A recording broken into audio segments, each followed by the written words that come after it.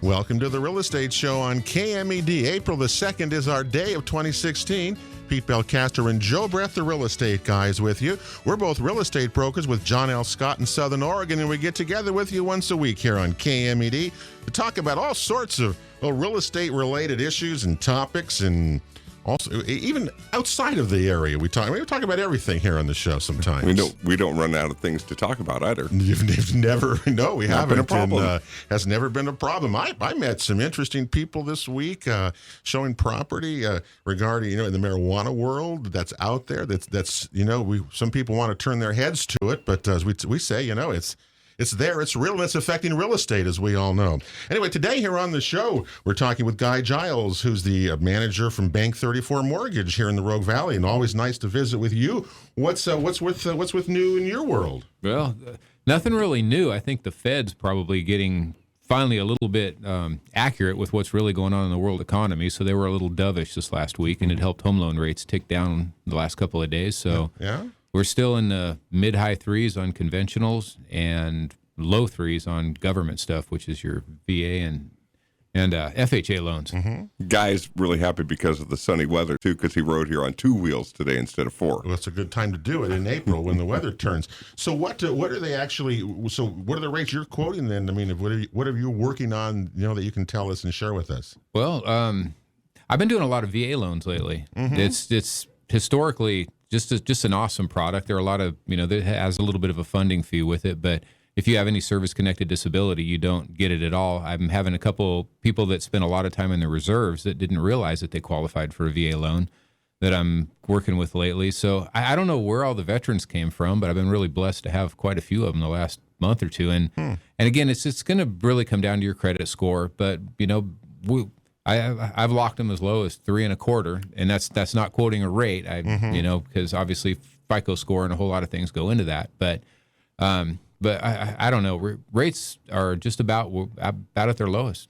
So that's good to hear. Now, are people? We've been talking. We've gone from that FHA loan where everybody was getting FHA loans to the conventional side now. Is that still what you're experiencing as well? That the FHA loans, as long as they're going to have those mortgage insurance forever on a loan, that who in the world's going to get one now? Is that what you're seeing too still? Well, it kind of depends. I'll usually have 3 or 4 FHAs. I think the ones that have really died off are the USDA, the 100% financing, because there are income restrictions. So by the time you can actually qualify now where housing prices are, if you fit into that income range, a lot of times you don't. Interesting. You don't end up finding something that you can get. But as far as FHAs, again, everything is so FICO driven these days. Mm-hmm. Down payment's a big issue, and everything, which is nice on FHA, you can go lower. But if you have a lower credit score, a lot of times an FHA is a good option because it just has a flat mortgage insurance. Even though I don't like giving it to somebody forever, it is pretty flat. So if you have a 650 credit score, an FHA loan might not be a bad option for you. And get on board and maybe even refinance later down the road, or find new options. Yeah, and it's always my heart to get into somebody, into the right loan the first time, so I'm not charging them $4,000 to refinance their house in 6 months. So if I can possibly get them, through gift funds or something to get enough to get a conventional loan, which you can do with 3 to 5% now. Mm-hmm. So 3 to 5%. That's the difference, because of wasn't that Good point on the USDA loans, Pete, because the inventory supply for houses 250,000 and below is less than a month's supply, where a normal market is about 6 months. So there just aren't that many out there to match up with buyers. And it continues to show, our gap that we've been telling our listeners, that we're selling more than we're replacing with new listings. That's continuing. It's almost 20% down, from a year ago.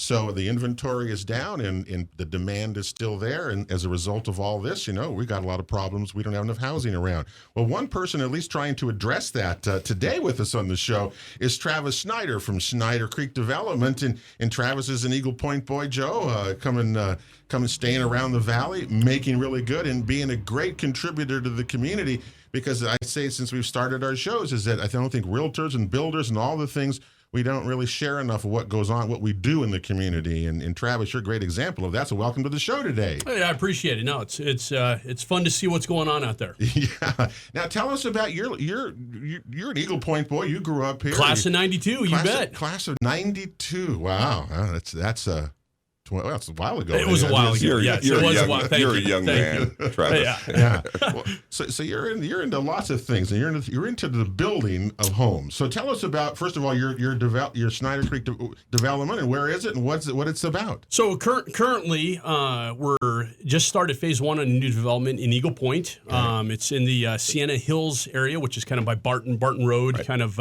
in that area. Now, is that in the city limits? It is in the city limits. The city. Okay. Yep. City's been great to work with. They've been really encouraging, and the first phase we have is 18 units. Second phase has another 20, and I got a third phase behind that has about another 18. Outstanding. Wow, that's quite a bit. Now tell us about the actual lots and how you go about determining how big to make them.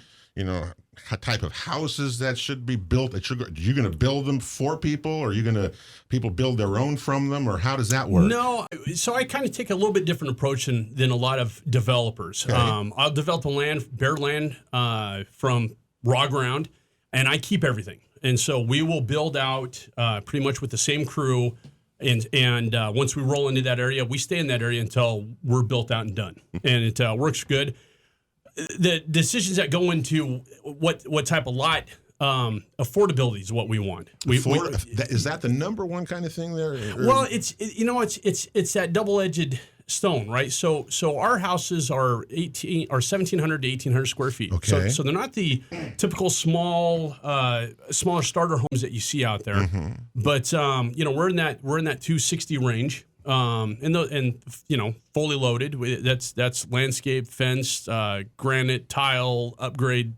Also an electrical company, so there's the electrical's in. It's great. There's a lot of extra stuff there. But that's it. We're just trying to give people the most bang for their buck. And what demand are you seeing out there for this?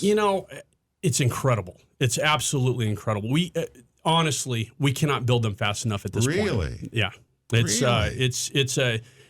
It's I don't want to scare people when I say, we haven't seen this kind of demand since 2005, 2006, 2007, because there's definitely a different feel to the climate, right? We're not seeing prices going up stupid like they were back then. Which were double digit, by the way. Right, double digit increases in value that we always keep our eye on here each year. So in this last year, remember, it was 7% overall. Yeah, okay. And that's okay. That's healthy, right? Yeah. 5 to 7. That's great. But yeah, when you're talking, there's a couple of years there it was 15%, mm-hmm. and people can't afford that. And so I'm hoping it kind of stays in this level. We can get as many people as we can into housing, whether it's my housing or other people's housing, because like you said, the demand is incredible. Mm-hmm. One thing that caught my ear is that you've got workers. Brad Bennington from the Home Builders has told us that we have a shortage of skilled laborers in all these different trades compared to where we were when we were in the boom 10, 11 years ago. Yeah. Absolutely. So you've got some guys that go out and just get it done and are on haul for the whole project. I am blessed. I have an amazing team. Now, granted, you're nothing without your team, right? Absolutely. I mean, I can say I'm the best home builder in town, but if you don't have guys performing, my foreman, my brother actually kind of runs the show for me out there, and so you got somebody that is on the same page, and we respect our guys. These guys are helping us out too. We're helping them. We're giving them work, but at the same time, they're helping achieve the ultimate goal here, and that's affordable housing that we can get out there as fast as we can get it built. Mm-hmm. How about were materials? Because remember, Joe, I think Brad was telling us this again in one of our shows recently, that delays caused by the lack of skilled workers have made prices go up because materials are going up by having to delay. Did you see that happen, Travis, where the materials that you were using in your building of your homes out there in Eagle Point, was it going up, or did you see a spike in terms of the cost for a home? No? Definitely not a spike. We just got into doing a really nice development in Central Point, 26 units that we finished up last year. So comparatively from there to what we're seeing now, you're probably talking that 5% price increase across the board, which is understandable, because at the same time, the prices were depressed. Yes. And so it's prices are they're reasonable. Nobody's getting crazy out there. You can still get something done. And, the biggest thing, you get the right team that appreciates it. It works both ways. Everybody's on the same page. We work with some amazing material guys. Commodity prices go up and down, lumber's been pretty consistent lately. And that's we saw it back in 2006 and 7 where sheeting prices was going up 30% week to week. It was crazy. A sheet of OSB would cost you $23. Well, nowadays it's 10. So, I think there's some give and take there. Yeah. Tell us how much green building, the term green building, do you put into these homes for, energies, or how do you deal with that? Because we hear so well. That's a great point. A lot of it is inherent, and especially in this kind of quote unquote starter home price range, you can only do so much. Now we're mandated by the state, of course, to do the essentials. Right. Yeah, great insulation, high efficiency hot water heaters. We're going solid gas out there on our heat pumps and our hot water heaters. So you get that. We're incorporating LED technology, for lighting. Yeah. It's important. Those things are easy and great to do. Now the big custom stuff, we're seeing a lot of solar panels just because the energy rebates are still there, and anybody that has a business out of their home can really take advantage of a lot more credits than just to stay a standard homeowner can. I have a roof with southern exposure, really, yeah. Well, that's interesting that you say that, because I think I read an article somewhere this week about some states are trying to get rid of those, selling back of your excess power. They want that eliminated. And so and that would put a big dent, they were saying, into the solar world if that does happen. I don't think that'll happen in Oregon. It may happen in some other states, but I don't think that'll happen here. Well, a lot of it's already kind of in Oregon. So if you put a solar system on your house, you can only generate as much power as you can use. So you can't over-generate and sell back to the utilities. That did go away. That did go away. That did go away. Yeah. All right, so it has. Yeah. So you're doing it for yourself. If I come into Guy Giles' office now at Bank 34 and I say I want to get a loan for one of these homes, how is it different? Tell me how you go approaching it is a place there. Different. Okay, it is a little different because he's already building them, which is nice. I mean, you don't have to worry about all the draws. You don't have to worry. I mean, there are construction loans, and we do them, and they're great. But this is nice when they come in with their own money and they build the thing from start to finish. You're not worried. You do get that final price, and I just I don't know. I kind of like that model a lot. I do a lot of purchase loans where somebody will come to me, a builder or somebody, and just say, hey, look, I've got these people and I need to get them pre-qualified for a house, and they'll come to me and, and I will do that loan for them when they start. But there's a whole lot less hassle, kind of the way he's doing it, by financing this thing with his own money. Because so tell me how you're doing that, Travis. You're financing it with your own funds, correct? I am. Yeah, I usually don't like to get that out there, but yes. But I guess you have control. I guess you have control of the thing. I do have control, and I like that. Yeah. I must say, I love that. I think that's great. Little alternative motive there. I also own a rental company, so I've always I saw a lot of my friends get hurt. When the economy went down, and that was a big lesson for us. And so we do not overbuild, and I build even if they're pre-sold. I'll build them if I know I can keep them and turn them into rentals. I don't think we have to worry about that for the next 4 to 6 years. No. But minimum. But there again, there was a lot of people saying that in 2008 and 9 too. Right. So that's my approach. Very cautious. I'm one of those guys. We started 12 years ago building one at a time.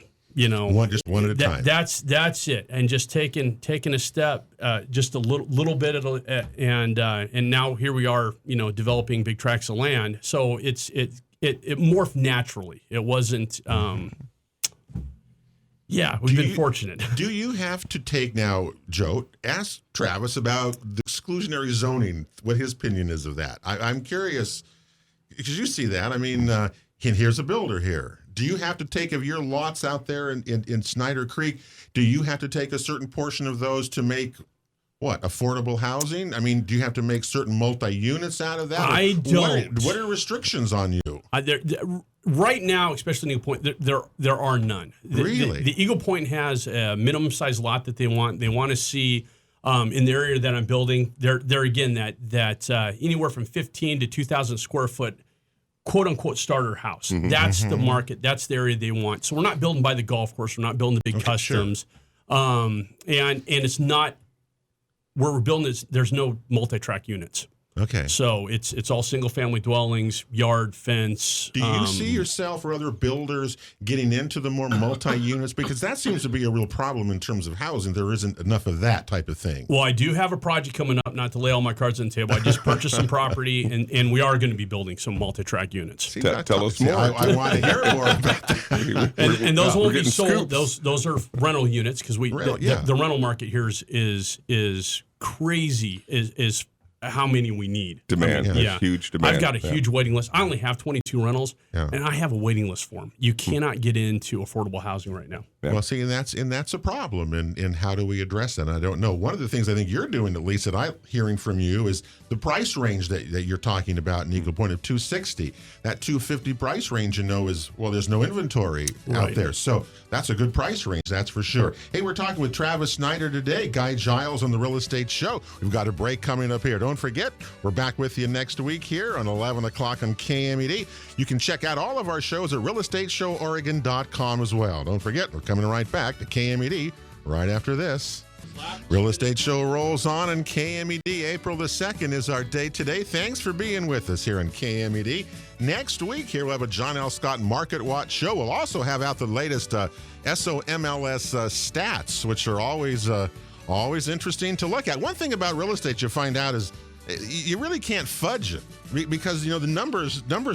It's pretty easy to track what goes on, and so numbers are numbers, and boy, things are. Again, it depends if you're buying, selling, renting, or investing in the real estate market. Right now, of course, the gap of more sales than there are replacements with listings continues to be probably the main driving force, I think, in terms of the market, because until that balances out, you've got just low inventory, high demand, and that's what we're seeing throughout most of the county. I mean, it's not just one place. It's more. I had to take this class in college called economics. Yeah, it was supply and demand is what I remembered from that. So I think it's classic example. Here's a couple of stats. We're talking today with Travis Snyder from Snyder Creek Development, and hear more of Travis' story. Guy Giles from Bank 34 Mortgages here as well. Here's a couple of interesting statistics. I just tell you about how the market has changed again.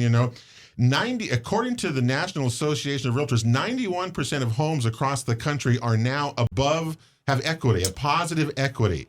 91% across the country. In Oregon, it is 96.4%. Oh, that's great news. Yeah. California's 93%, and Nevada, which had the big drop, 81% are still. 81% are above have equity, but still compared to that. That's a really interesting stat. And here's one that both of you two should really appreciate. Again, NAR stats. In 2006, the average mortgage that Americans paid was $1,350. Today, it is $863. Wow.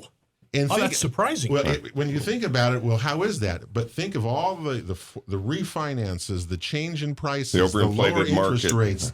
All of that has contributed to that, to where now that doesn't include taxes and insurance and mortgage insurance and things like that. Just your rate. That's amazing. I thought that was a pretty interesting stat. Makes a case for affordability for home ownership that we've talked very much about. All right. Well, anyway, we'll see what happens. Travis Schneider is here. You're talking about your development that you're doing, and it's really good to hear that 260 price range for new construction, 1,700 square feet.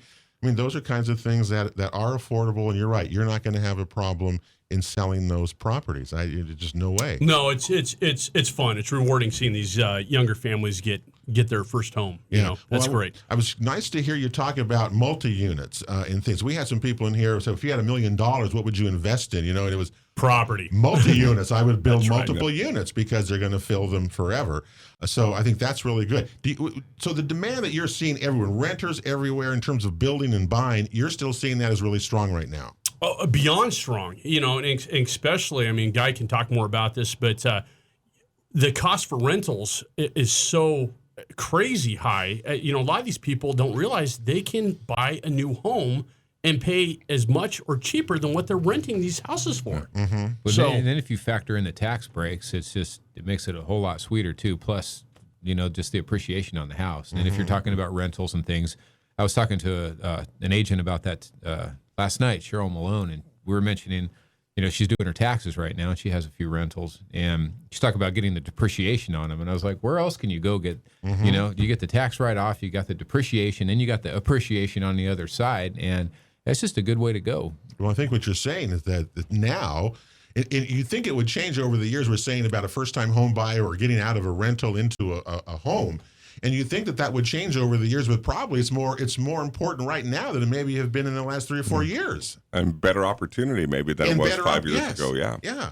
That's really good to hear. What are the biggest problems, Travis, that you face or developers face as you try to deal with governments? And I mean, what are the biggest issues out there that don't seem to ever really get solved? Or over-regulation. Yeah, it's constant. We have these politicians, and I don't say anything bad about politicians, but they're not building, and so they don't understand. Right. And average permits. A lot of people don't realize we build these houses, and we pay basically $20,000 just in permit fees and RVS and everything else. That's a big chunk of our costs, right up front. And all those fees, all the regulations, all it does is drive up price. There's some legislation out there. They're talking about putting in sprinklers on all new construction now. That's going to add another $10,000 on the house, and all you're doing is moving affordability away from people. Yeah, and so it's I'm a part of the Home Builders Association here in Medford.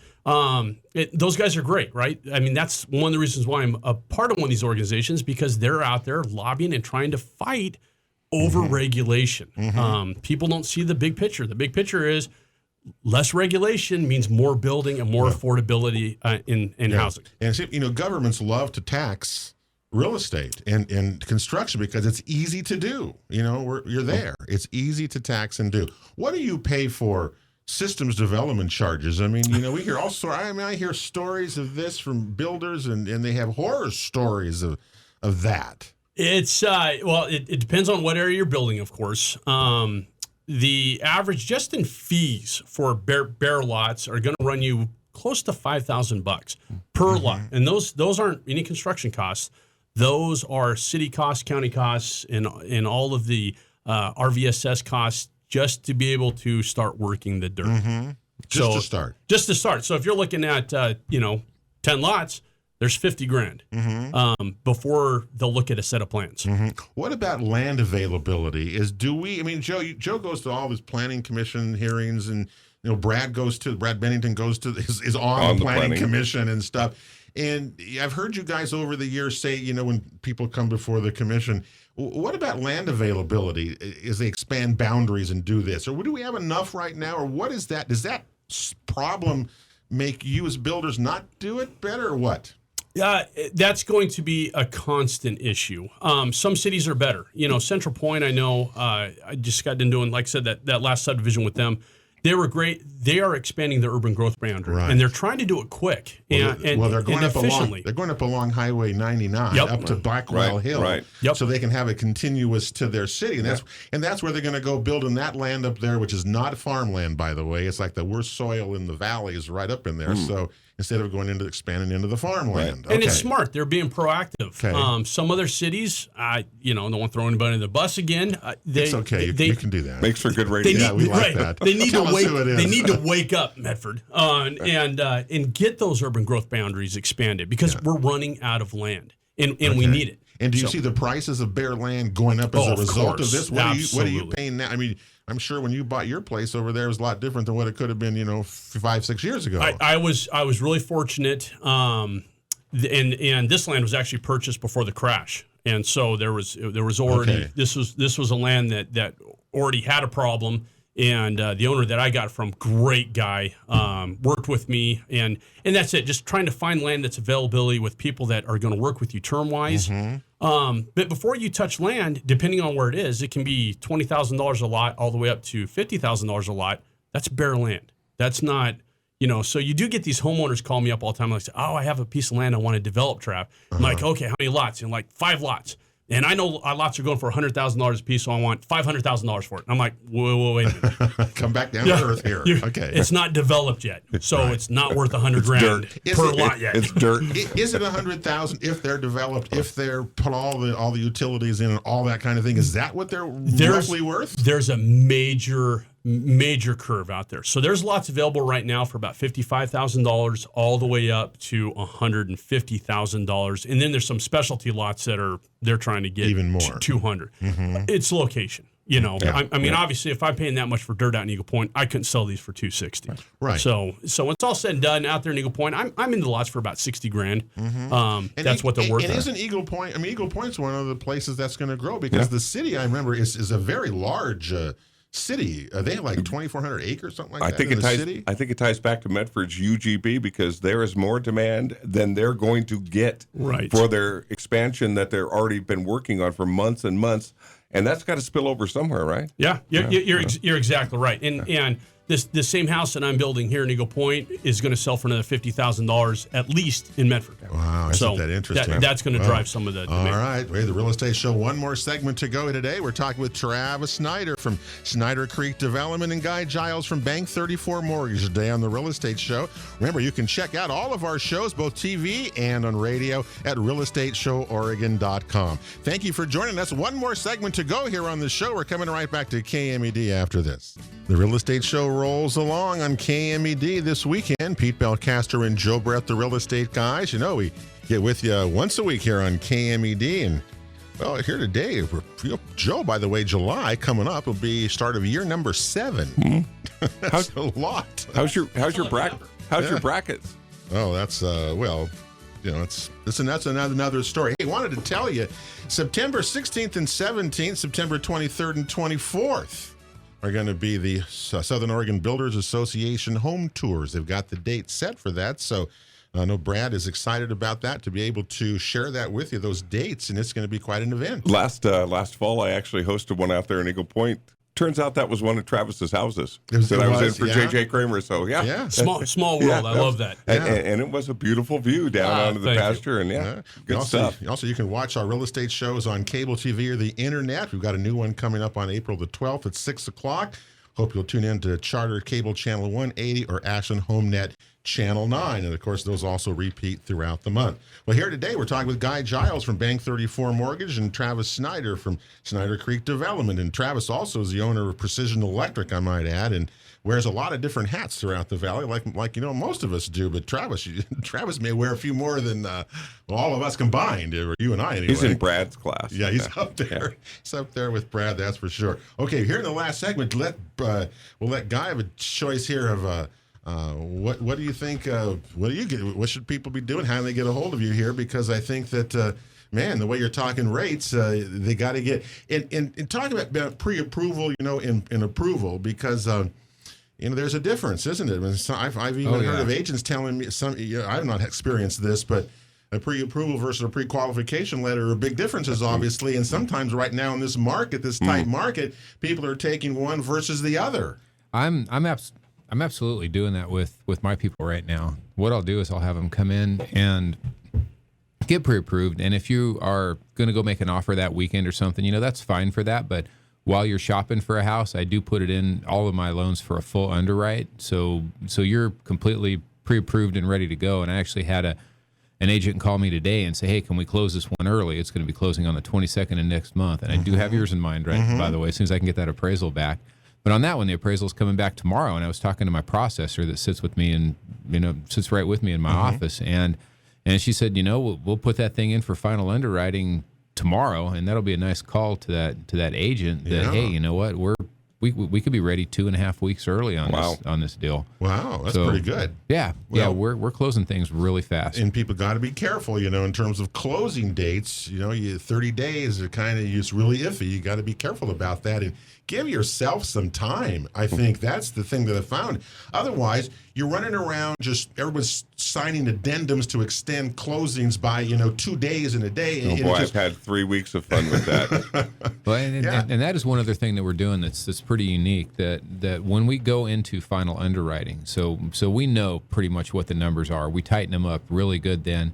we will send that closing disclosure out on that day. So we're not back from final underwriting and then trying to rush this thing at the end of the loan process. So, we're getting that thing, a week or two in advance sometimes. How are appraisals coming? Are they backed up still? Are you seeing appraisals coming in the way by the prices, or are we having a lot of problems again where the appraisals are not coming in to the asking price? Well, appraisals again are one of those weird things where you're always looking backwards. You're never looking at real time because you're using 6 months comps. back, So it's one of those things that we haven't really had problems with them coming in. We have a really good appraisal panel that we use.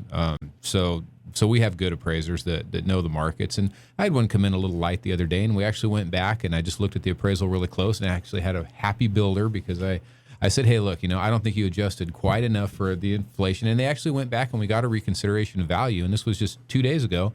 And that builder just said, hey, I've got to keep your contact info because I never had anyone go to bat literally and get the reconsider. And if it's not valid, then I don't want it either. We just want a fair price for a house. So, it's going okay. Yeah, appraisers are a little backed up. It doesn't happen Yeah, very they are. often. They're big load they're carrying. Yeah. So again, you got to give yourself that extra time to close in order to get appraisers, and home inspectors are two to 3 weeks out as well. So that's the demand happening. So we don't have enough of these guys and girls. So you got to extend that and be aware of those types of things. Well, we'll give the last word here to Travis Snyder. Thank you first of all for being here. It's great to have a local guy. You were talking during the break though that from Eagle Point, grew up there, come back here and helping our community, and you do a lot of other things too. I know tell me you work at Community Works, so tell me what you're doing beyond just the building, because good night. I appreciate it. No, I am chairman of the board of Community Works, organization or local that I've supported and believed in for many, many years. Okay. And those not familiar with Community Works, that's the Dunn House. We have the home for abused and battered families, and it's a bummer that we have to have that, but it's a good thing we have a lot of people involved. We're currently Precision Electric. We're currently doing the Redemption Ridge House. And that's a home for sex-trafficked women. I mean, believe it or not, there's a huge need there. So leading the efforts on that on the electrical side. Board of directors for Cascade Christian. So that also Go Challengers. Yeah, absolutely. And 4-H Lego robotics coach for my for my boys. And I love it. A full life is the one worth living. You don't get hands-on with those Lego robotics, do you? We tried. We actually have a coach challenge coming up, and unfortunately, I'm going to make myself look like a fool, but I'm going to give it a shot. Do you have a big saw on yours? When your 9-year-old keeps winning every time, you know that you're probably not going to progress too far in this deal. So, but it's a lot of fun. Yeah, well, it's good to hear that. Well, as long as the economy improves like this, we have ability to do the things that you're doing, and it's important to give help back. others and to give back. And it's always interesting to hear what realtors and builders do in our community, all the great things. They meet needs that otherwise would not be met, and that's what community is all about. I want to put him on the spot for Brad and ask how many houses will he have on this tour when it comes out. Ooh, the home tour in September. I promise, because I can't literally build them fast enough. That's the honest to goodness truth. I have promised Brad I will have one house in my development on the tour. So the problem is having an open house without coming in the middle of someone's breakfast there. Well, that's exactly, and that almost happened last time actually, on the one that you helped out with. That actually sold, and the people wanted to move in right away. And we already made the commitment, and that was a little challenging. But hey, we love challenges. Yeah, that's part of the fun. We can always overcome challenges. It's better to have them than not have them. That's for sure. So now I've got plenty of heads up. I'm going to plan this one perfect. Got it. Well, good luck. Good luck to you, Travis, as well. And good work. You can find Guy.G at bank34.com is how you can get a hold of Guy. He's the mortgage guy to go to, and will help you out there as well. That'll do it for the Real Estate Show today here on KMED. We're back next week with the John L. Scott Market Watch Show. We'll update you on the Rogue Valley Food and Wine Classic, how much money they actually first-hand reports for the Oregon Home Foundation, and that's a great cause, and it helps a lot. They've given over $70,000 away to first-time home buyers for help with closing costs and things like that. That's a great charity as well.